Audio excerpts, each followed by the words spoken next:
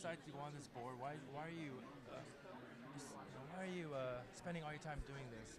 What does it mean to you? Well, I mean, one of my best friends is Chad Griffin, who's now the head of the Human Rights Campaign. I've known him since he's 19 years old. He's a great guy. He's almost like a son to me.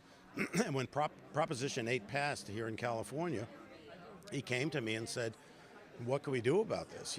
We've been working together politically for many, many years. We've done a lot of campaigns together. And, for me, as a straight person, I can't look him in the eye as a gay person and say, I should have more than he has. I deserve more than he does in terms of his rights. So we got together, Michelle, my wife Michelle, and Chad and Christina Shockey, and we came up with the idea of designing a federal court challenge to Proposition 8, because we feel like, this is the last leg of the civil rights race. We're running this last leg.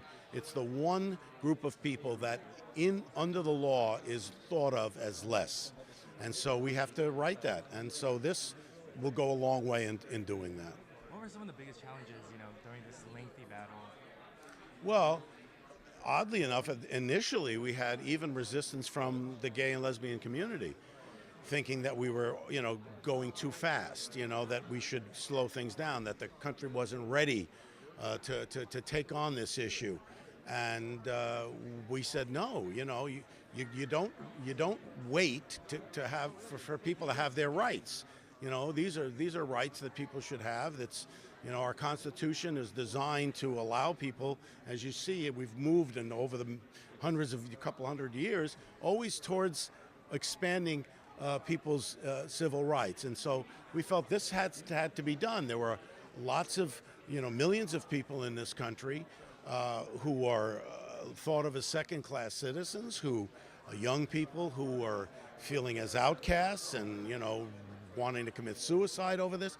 And we feel like this is something we need to do for them. We need to level the playing field for everyone so that everybody has an equal opportunity. And, quite frankly, this is the most satisfying, political thing I've ever been involved in.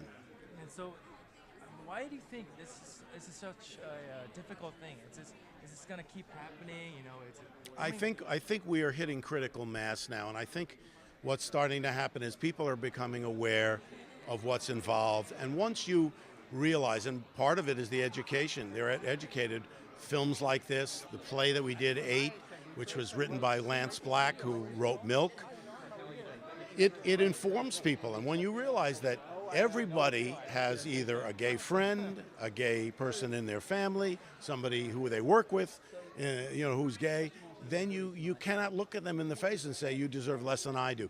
And so part of this is an education process, and we are moving in the right direction. We are starting to hit critical mass. We've now got 19 states and the District of Columbia, and before long, we have another case that is pending in Virginia that's making its way up towards the Supreme Court. There's a couple of others.